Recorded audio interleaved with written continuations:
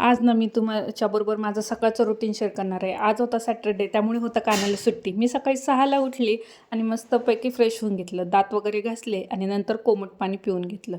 मस्तपैकी बाहेर गॅलरीत सूर्यप्रकाश येतो, त्यामुळे फ्रेश वाटतं. आणि मी सध्याच योगा क्लास लावला आहे, पण शनिवार असल्यामुळे त्याला सुट्टी होती.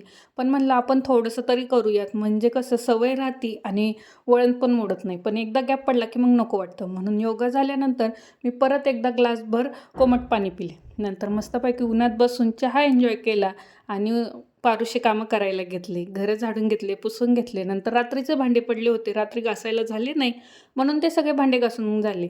तर एवढ्यात दूध आलं, मग दूध काढून मस्त तापायला ठेवलं. नंतर आंघोळ वगैरे करून फ्रेश झाले आणि माझं पारायण चालू आहे ते करून घेतलं आणि नाश्त्यासाठी पोहे बनवले आणि मस्तपैकी उन्हात बसून पोहे पण एन्जॉय केले. असं होतं माझं रुटीन. तुम्हाला कसं वाटलं नक्की कमेंट करून सांगा. व्हिडिओ आवडल्यास लाईक, शेअर, सबस्क्राईब नक्की करा. बाय.